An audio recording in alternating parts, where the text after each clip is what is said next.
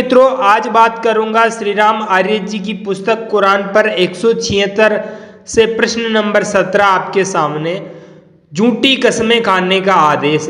झूठी कस्मों पर खुदा सजा नहीं देगा, इस घोषणा से खुदा ने मुसलमानों को दुनिया में अविश्वास योग्य घोषित करके इस्लाम की क्या बेहतरी की है। क्या कुरान ने उनको झूठी कस्में खाने का प्रोत्साहन नहीं दिया है? देखिए, कुरान में कहा गया है कि तुम्हारी फिजूल की कस्मों पर खुदा तुमको नहीं पकड़ेगा, लेकिन उनको पकड़ेगा जो तुम्हारे दिली इरादे हैं। समीक्षा। जब झूठी कस्में खाना जुर्म नहीं रहा और मुसलमान दूसरों को झूठी कस्में खाकर यदि धोखा देने लगे तो उनका कौन विश्वास करेगा। यदि कोई भोला शरीफ आदमी उन पर विश्वास कर बैठेगा तो निश्चय धोखा खाकर नुकसान उठाने वालों में से होगा।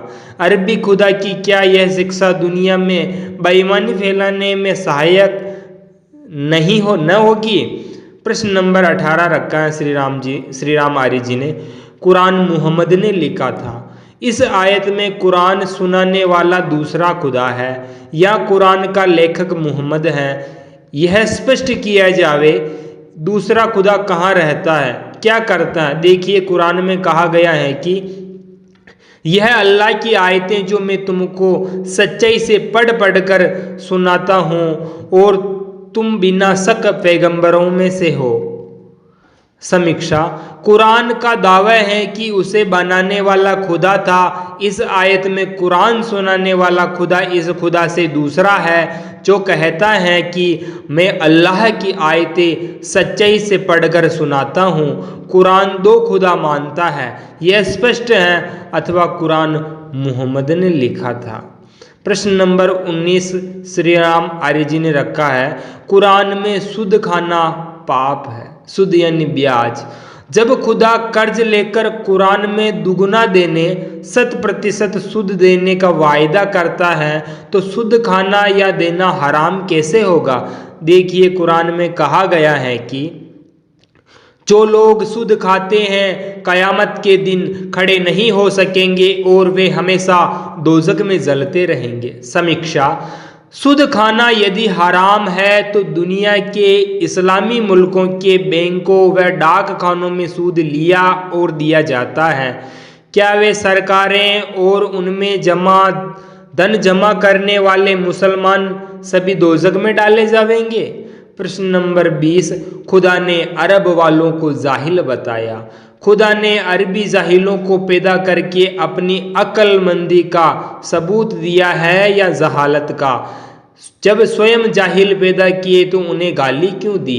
देखिए, कुरान में कहा गया है कि ए पैगंबर, किताब वालों और अरब के जाहिलों से कहो कि तुम भी इस्लाम को मानते हो या नहीं। इसमें अरबी खुदा ने अरब वालों को डंके की चोट पर जाहिल घोषित कर दिया है। जाहिलों को जैसे उपदेश दिए जाते हैं वैसे ही कुरान में उनको दिए गए हैं।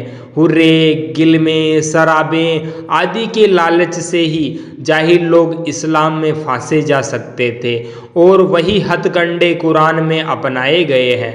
पर एक बात विचारणीय यह भी है कि खुदा ने बिना वजह लोगों को जाहिल पैदा करके अपनी भलमनसाहत का सबूत दिया है या जहालत का? यह सोचने की बात है। क्या गालियां देने से खुदा की शराफत जाहिर होती है? श्री राम आर्य जी का अगला प्रश्न नंबर 21 खुदा हर काफिर को 70 हाथ की जंजीर से बांधेगा।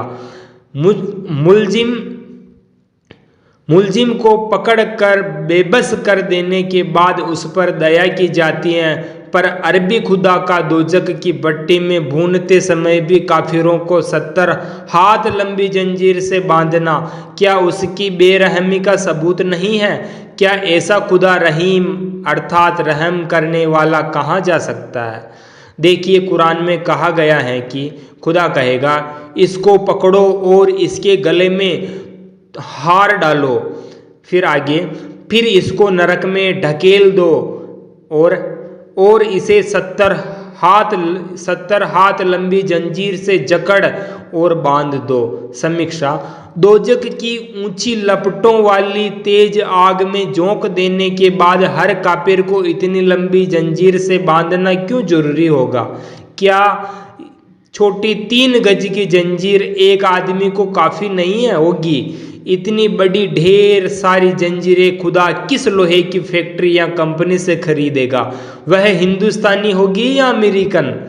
उन्हें कहाँ से आयात किया जाएगा? क्या खुदा के पास उन्हें मंगाने के लिए एक्सपोर्ट इंपोर्ट का कोई लाइसेंस भी मौजूद है? श्री राम आर्य जी की पुस्तक से आपके सामने प्रश्न रखे हैं। आपका अपना YouTube चैनल है, सब्सक्राइब करें। धन्यवाद जी।